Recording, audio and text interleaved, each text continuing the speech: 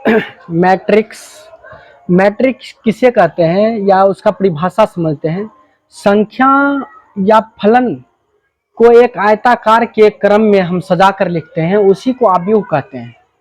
अब जैसे देखते हैं यहाँ पर आव्यूह, आव्यूह को हम एक बड़ी ब्रैकेट के अंदर रखते हैं, ठीक है। बड़ी ब्रैकेट जो है उसके अंदर लिखते हैं 4 5 3 2, एक आयत के आकार का है 4 3 2, ये भी एक आयत के आकार का है, आयत के जैसा है।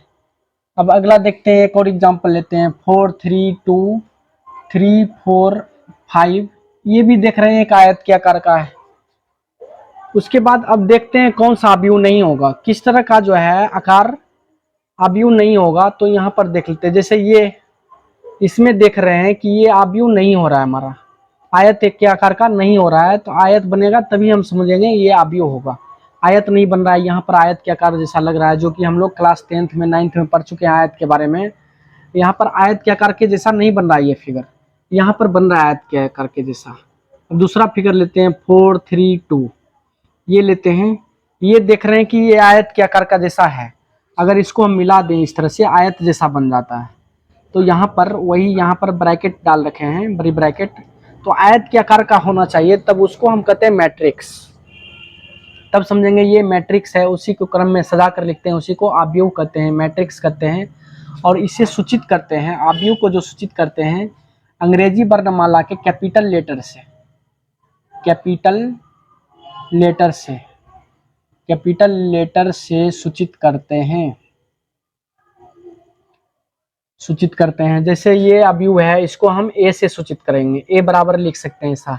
ये आव्यूह है, इसको हम बी बराबर लिख सकते हैं। ये तीसरा आव्यूह है, इसको सी बराबर लिख सकते हैं। ये आव्यूह है, इसको हम डी लिख सकते हैं, एफ लिख सकते हैं। इसी तरह से हम आव्यूह को सूचित करते हैं। अब इसके बाद हम समझते हैं इसके अंदर में जो संख्या है, संख्याओं या फलनों का आयताकार क्रम विन्यास, इसके अंदर में जो ये संख्या है, जिस संख्या के बारे में हम बात कर रहे थे, उस संख्या को अवयव कहते हैं। उस संख्या को क्या कहते हैं? अवयव, या इंग्लिश में एलिमेंट कहते हैं, एलिमेंट कहते हैं, ठीक है। चलो यहाँ पर समझ गए। तो इसमें जो है कितने अवयव, इस आव्यूह में कितने अवयव हैं या एलिमेंट? 4 अवयव हैं या 4 एलिमेंट है। इसमें कितना है? 3 अवयव हैं या एलिमेंट बोल सकते हैं। इस आव्यूह में सी वाला आव्यूह में कितना एलिमेंट है? 6 एलिमेंट है। और डी में कितना एलिमेंट है? 3 एलिमेंट है। ये समझ गए, परिभाषा हम समझ गए कि किसको कहते हैं मैट्रिक्स। जब आयत के आकार का होगा कोई आव्यूह जो संख्या के रूप में सजा हुआ होगा, उसको कहते हैं हम मैट्रिक्स। जिस तरह ये देख रहे हैं, ये जो है मैट्रिक्स हमारा नहीं होगा। अब इसके अंदर जो मैट्रिक होगा, उसके अंदर में जो हमारा अवयव होगा, जो संख्या लिखा हुआ अलग अलग करके, उसको कहते हैं हम एलिमेंट। इसमें 4 में एलिमेंट है, अलग अलग लिख रखे हैं। इसमें 3 एलिमेंट है। चलो इसी तरह से हम समझ गए इसको, एलिमेंट और मैट्रिक्स समझ गए। अब इसमें एक चीज समझना है, रो और कॉलम। रो कहते हैं एंड कॉलम कहते हैं, कॉलम। रो किसको कहते हैं, कॉलम किसे कहते हैं, इसको थोड़ा सा समझ लेते हैं।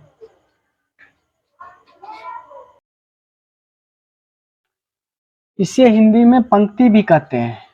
इसको क्या कहते हैं? पंक्ति। और इसको क्या कहते हैं? स्तंभ कहते हैं। स्तंभ कहते हैं इसको हिंदी में, और रो को कहते हैं पंक्ति। पंक्ति में जो हम लोग खड़े होते हैं, तो यहाँ पर जो है अक्सर हम लोग इसको जानते हैं और इसको भी यूज कर रखे हैं, जो खम्भा जैसा खड़ा होता है। तो ये जैसे हम खम्भा, यहाँ पर ये जमीन है हमारा, खड़ा है ये खम्भा, ठीक है। तो इसको हम क्या कहते हैं? कॉलम। इसको इस तरह से लाइन को हम क्या कहेंगे? कॉलम।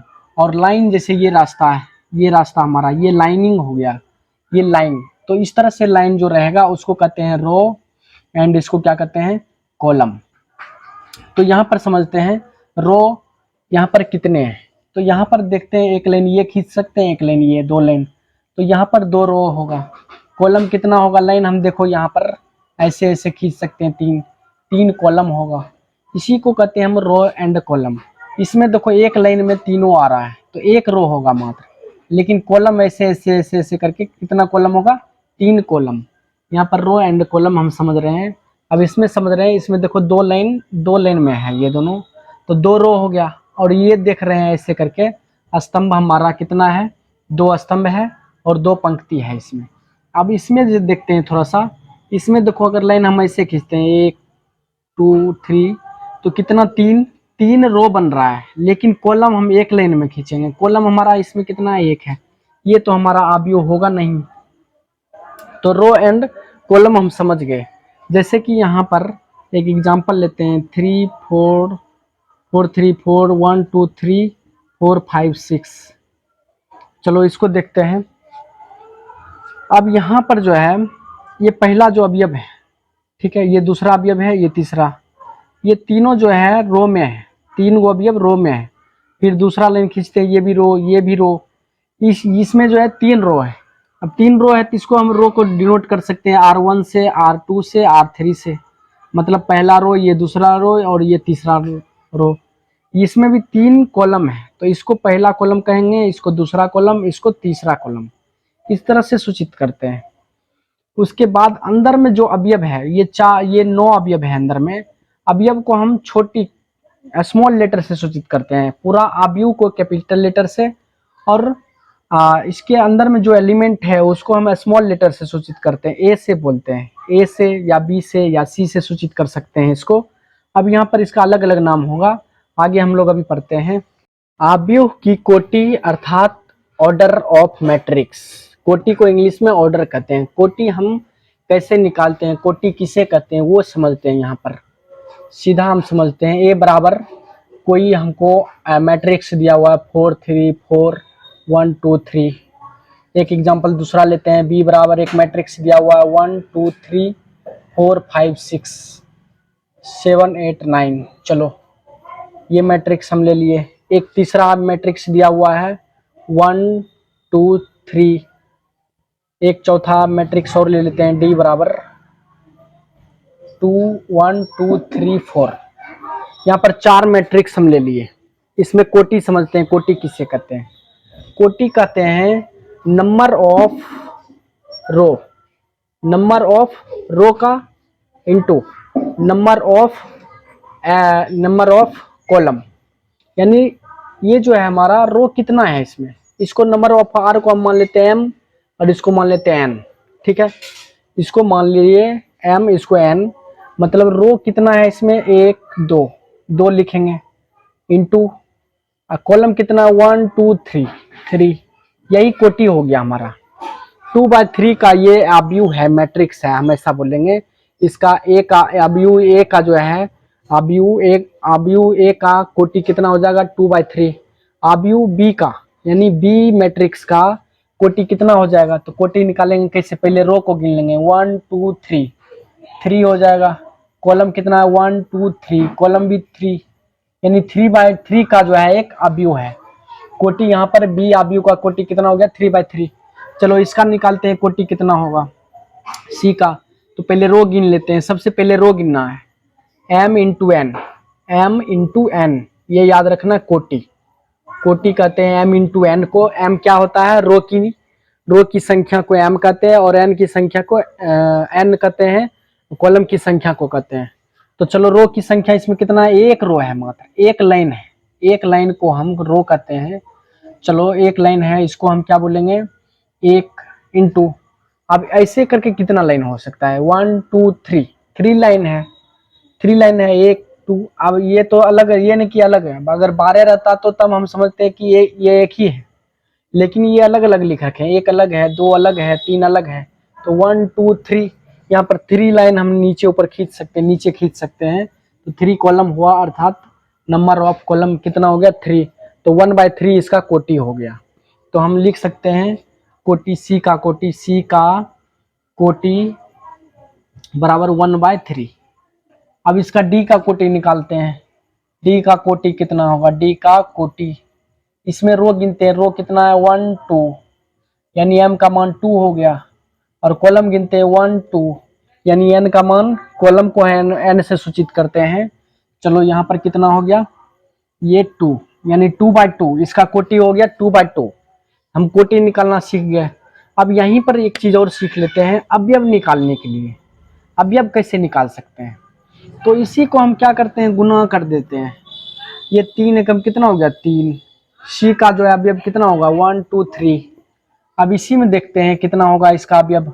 इसी को गुना कर देंगे तो डी में, अगर डी का अवयव हमको कहेगा करने ज्ञात करने के लिए, तो डी का अवयव या एलिमेंट कहते हैं, तो डी का अवयव जो है कितना हो जाएगा 2 दूनी 4। इसमें गिन लो 1 2 3 4, 4 एलिमेंट हो गया।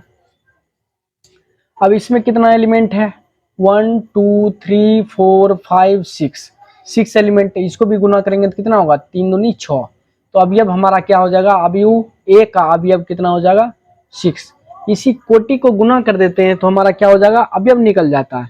और इसको अगर ऐसे गुना नहीं करते हैं, इसको ऐसे छोड़ देना है 2/3, इसको बोलते हैं 2/3 बोलते हैं, 2 3 का, यानी 2/3 का जो है हमारा एक अवयव है। 2 × 3 भी बोल सकते हैं। तो यहाँ 2 का मतलब हो गया 2 रो है, एंड 3 का मतलब क्या हो गया 3 कॉलम है। अगर इसको गुना कर दिए तो उतना हमका अवयव निकल जाता है हमारा उतना। इसमें भी अगर देखो गिन लो 1 2 3 4 5 6 7 8 9, 9 नंबर है इसमें। तो इसको भी गुना करते हैं 3 3 कितना हो गया 9। तो हम इसमें अवयव अगर निकालेंगे तो कोटि को ही गुना कर देते हैं, वो हमारा अवयव हो जाता है। तो कोटि निकाल लिए, उसको गुना कर देना तब अवयव निकल जाएगा। और कोटि कैसे निकालते हैं, जितना रो है जितना कॉलम है उतना लिख देना है। रो 3 है 3 1, इसमें देखो रो 1 है 1 लिखे, और कॉलम कितना है 3, तो 3 1/3 हो गया कोटि।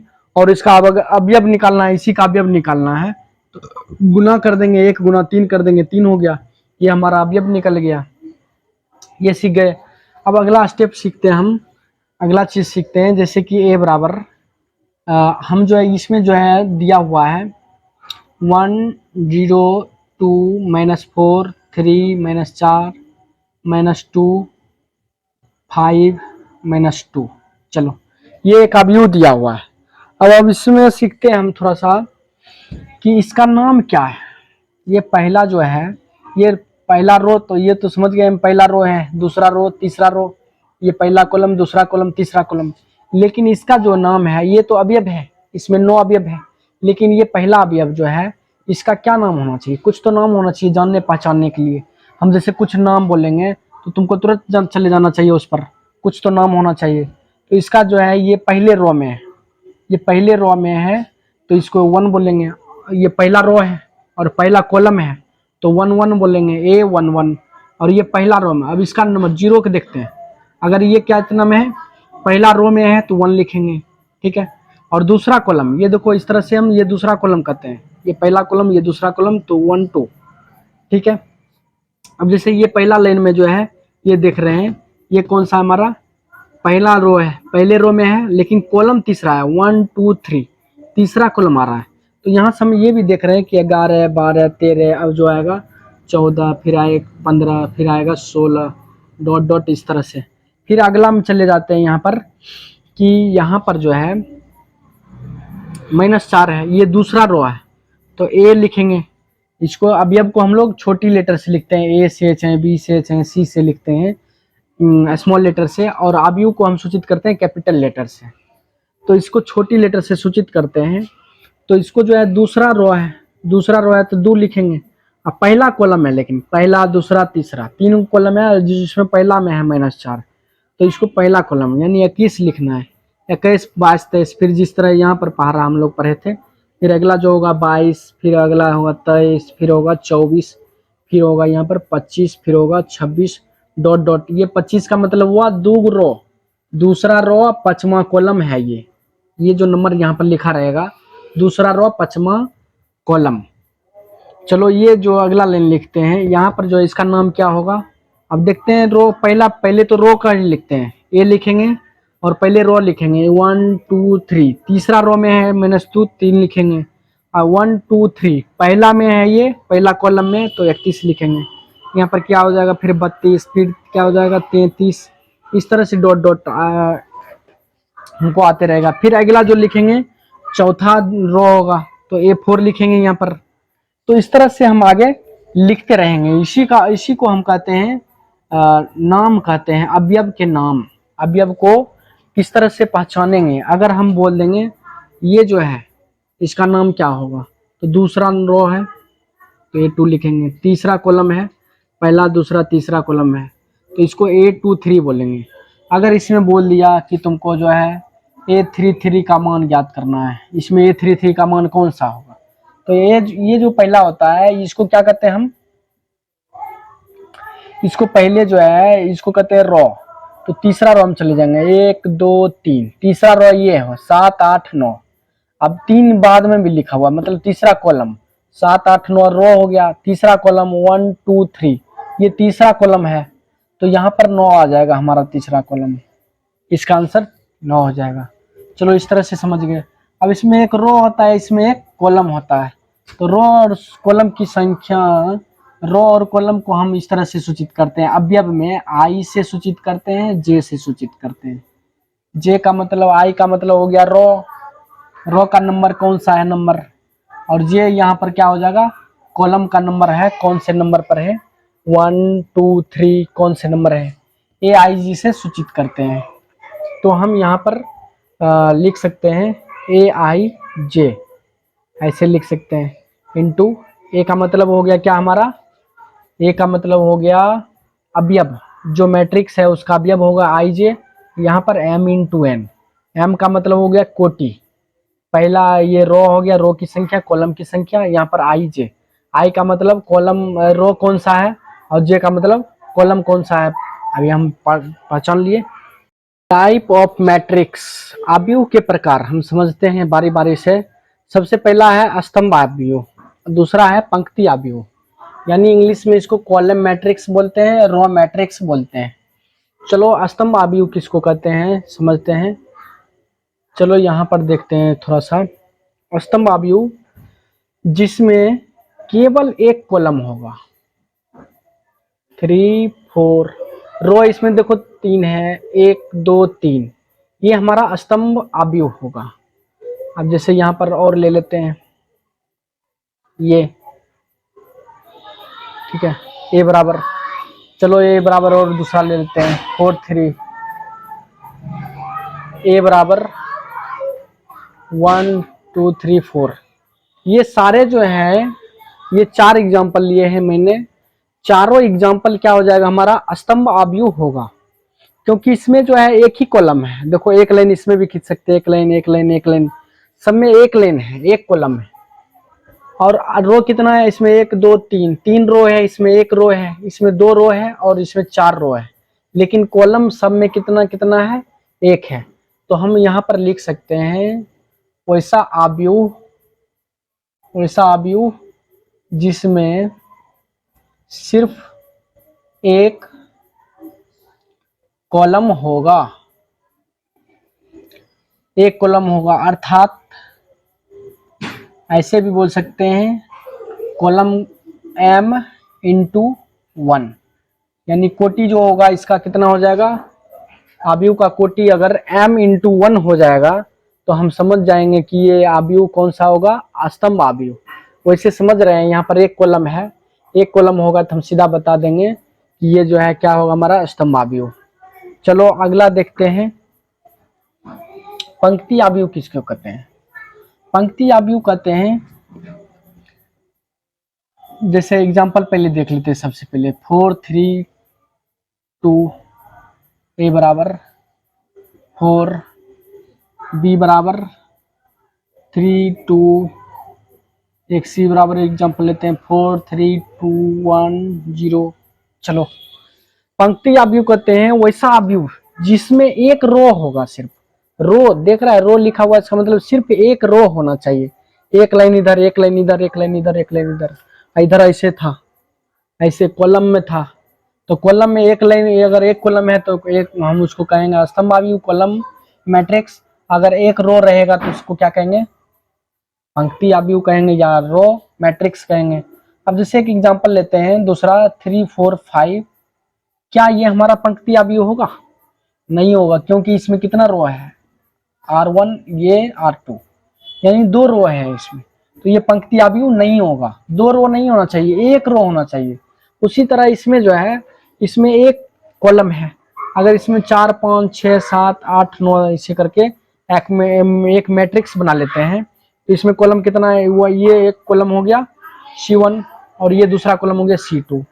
दो कॉलम हो रहा है, तो ये भी हमारा क्या होगा, स्तंभाव्यूह नहीं होगा, सिर्फ एक कॉलम। जैसे ये होगा, ये हो सकता है, ये हो सकता है, ये हो सकता है, तो ये सारे हमारा क्या हो जाएगा, ये चारों हो जाएगा स्तंभाव्यूह, जिसको कॉलम कहते हैं, कॉलम मैट्रिक्स। एंड रो अव्यूह यानी रो मैट्रिक्स हम कहते हैं जिसको, जिसमें सिर्फ एक, देखो एक लाइन खींचा हुआ है, एक लाइन में सारे आ रहा है, ये भी एक लाइन में है, ये भी एक लाइन में, ये भी एक लाइन में है। तो एक लाइन को हम कहते हैं, क्या कहते हैं, पंक्ति। एक लाइन या अर्थात पंक्ति कहते हैं, उसको कहते हैं रो कहते हैं। और जब एक रो रहेगा तब उसको पंक्ति आव्यूह कहते हैं, और जब एक कॉलम रहेगा तब उसको क्या कहते हैं हम लोग, स्तंभ आव्यूह या कॉलम कहते हैं। अब समझते हैं तीसरा, एक वर्ग आव्यूह जिसको स्क्वायर मैट्रिक्स कहते हैं, एक शून्य आव्यूह जिसको हम जीरो मैट्रिक्स कहते हैं। ये दोनों समझ लेते हैं थोड़ा सा। वर्ग आव्यूह किसे कहते हैं, थोड़ा सा इसको समझते हैं। वर्ग आव्यूह जब रो और कॉलम की संख्या बराबर होगा, जैसे कि यहाँ पर 2 3 4 5, इसमें कितना है R1 R2, दो रो है, और इसमें कॉलम कितना है, दो कॉलम है, दो कॉलम और दो रो है, यानी 2x2 का बन रहा है, तब इसको हम क्या कहेंगे, वर्ग आव्यूह।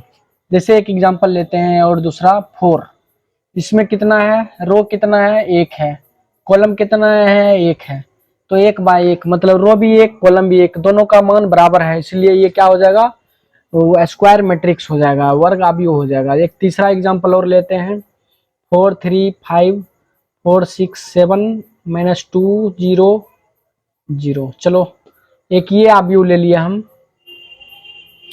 अब इसमें भी देखते हैं, 1 2 3, तीन रो है इसमें, तो 3 लिखे यहाँ पर, कोटि लिख रहे हैं यहाँ पर, 1 2 3, तीन यहाँ पर कॉलम भी है, 3x3 का बन रहा है, यानी कि रो भी और कॉलम भी क्या है, बराबर है, यानी m बराबर जब n आएगा तब इसको हम कह देंगे स्क्वायर मैट्रिक्स है ये, यानी कि रो की संख्या कॉलम की संख्या बराबर हो जाएगा, तब हम कहेंगे वह स्क्वायर मैट्रिक्स है। अब एक एग्जांपल लेते हैं, फिर से थोड़ा सा इस पर ध्यान देते हैं, 4 5 3, ये क्या वर्ग आव्यूह होगा, देखते हैं, दोनों का मान बराबर होना चाहिए, 1 2, यानी रो की संख्या 2 है, कॉलम कितना है 1 2 3, कॉलम कितना है 3, क्या ये वर्ग आव्यूह होगा, नहीं होगा, क्योंकि इसमें रो की संख्या कॉलम की संख्या के बराबर नहीं है, ये 2 है, ये 3 है, ये भी 3 होना चाहिए, ये भी 3, या ये 2 तो ये भी 2, तब जाकर के होगा ये वर्ग आव्यूह। तो ये हम एग्जाम्पल समझ गए। अब शून्य आव्यूह किसे कहते हैं, तो शून्य आव्यूह कहते हैं वैसा आव्यूह, यहाँ पर परिभाषा लिख लेना, वर्ग आव्यूह वैसा आव्यूह जिसका रो जिसमें रो की संख्या कॉलम की संख्या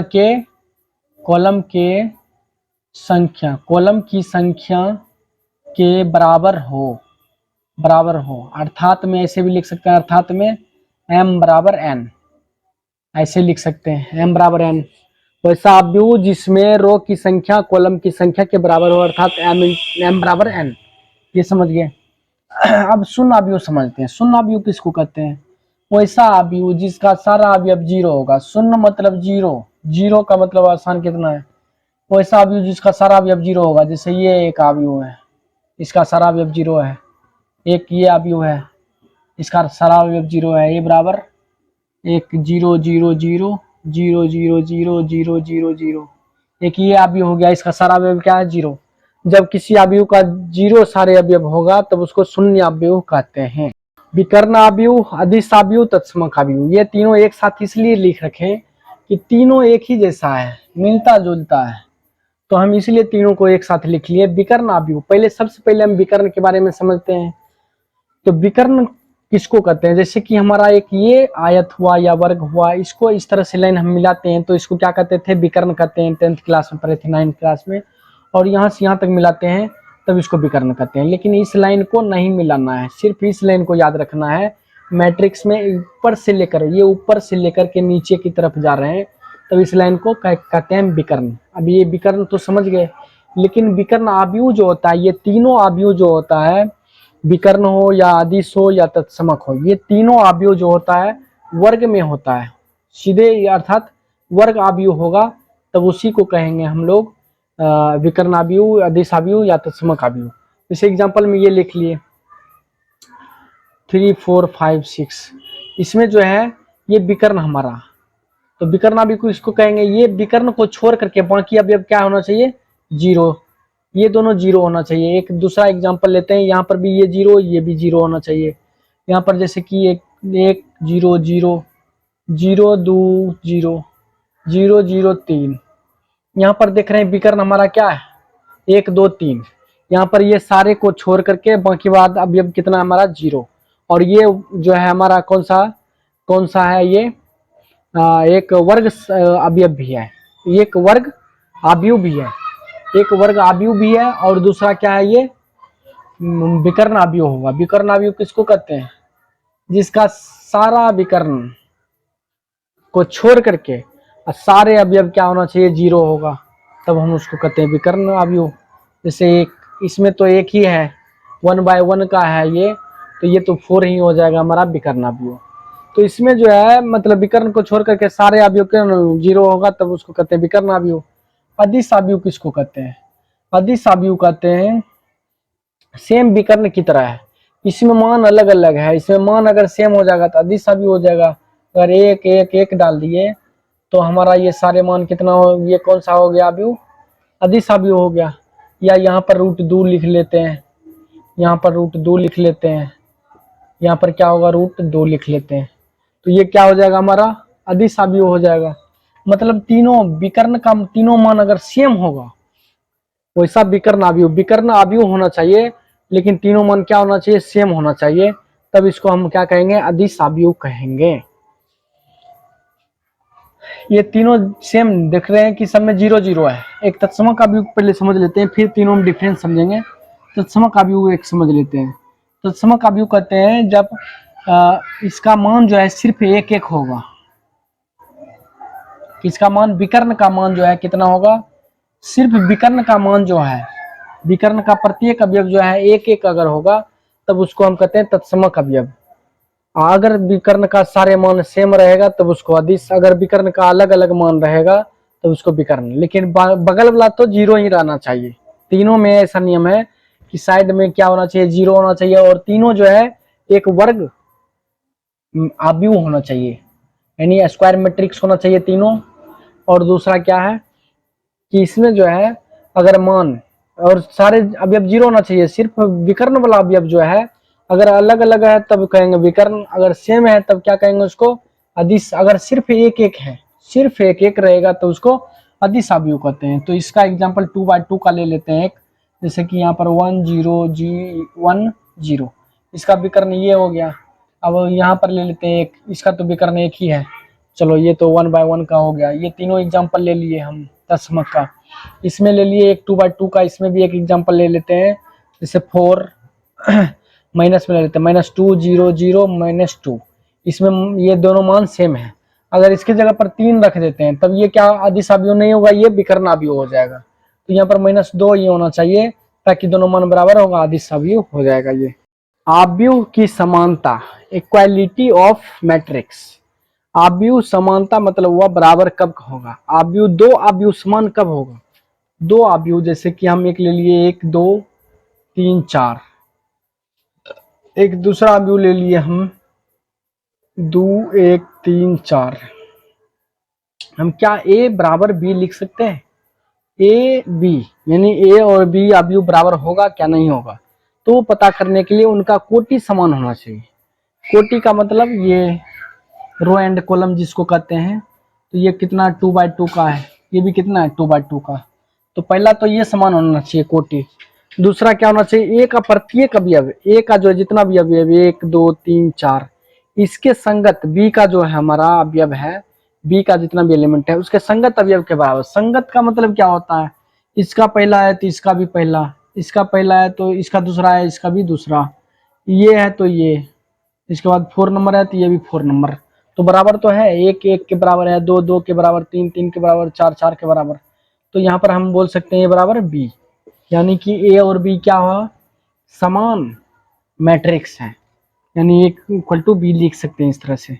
एक एग्जांपल और लेते हैं, ए बराबर जैसे -2 √2 0 0 1 दिया हुआ है।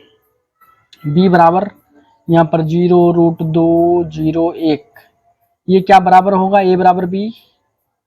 हाँ यस होगा, क्योंकि इसका जो है संगत, इसका पहला अवयव इसका पहला अवयव बराबर है, 0 0 बराबर है, ये दोनों और ये दोनों भी बराबर है। अगर इसी में हम कुछ चेंज कर ले, एक संख्या सिर्फ चेंज कर लेते, एक लिख लेते हैं यहाँ पर, तो क्या बराबर होगा, नहीं होगा बराबर, ए इक्वल टू नोट बी, ये दोनों बराबर नहीं होगा, क्योंकि ये दोनों सारे अवयव तो बराबर हैं, लेकिन ये जो है इसके बराबर नहीं है। तो एक भी अवयव नहीं होना चाहिए कि इससे बराबर नहीं हो, सारे अवयव जब दूसरे संगत, इसके संगत मतलब अवयव बी के संगत अवयव के बराबर होगा, तब उसको हम कहेंगे इक्वालिटी, यानी अवयव की समानता या समान समान अवयव। समझ गया। तो इसी तरह से हम इसको हल ज्ञात कर सकते हैं। अगर कभी दे दिया एग्जाम्पल में, जैसे एक एग्जाम्पल लेते हैं हम इस तरह से कि दो अवयव समान है, दो अवयव समान दिया हुआ 4x 5y, इस तरह से ये दोनों, इसको ए मान लेते हैं, इसको बी मान लेते हैं, इसको एक्स वाई, इसमें दिया हुआ पी क्यू, चलो इसमें क्या दिया हुआ पी और क्यू 4 5, ये दोनों समान अवयव दिया, मान निकालने के लिए बोल दिया, तो सीधा लिख देंगे ये इसके बराबर होगा, पी बराबर 4, ये इसके बराबर होगा, एक्स बराबर 4 हो गया, ये इसके बराबर यानी क्यू बराबर 5 हो गया, वाई 5 को बराबर, वाई बराबर कितना हो गया 5, तो बस ये मान निकल गया हमारा। तो इस तरह से अगर अवयव बराबर होगा तो ये इसके बराबर, ये इसके बराबर, ये इसके बराबर, इस तरह से कर देना है। अगर समान चेक करना है तो हम इस दोनों को मिलाकर देख लेंगे, तो अवयव के समान कहलाते हैं यदि उसका कोटि समान होगा, ए का प्रत्येक अवयव बी के संगत अवयव के समान होगा।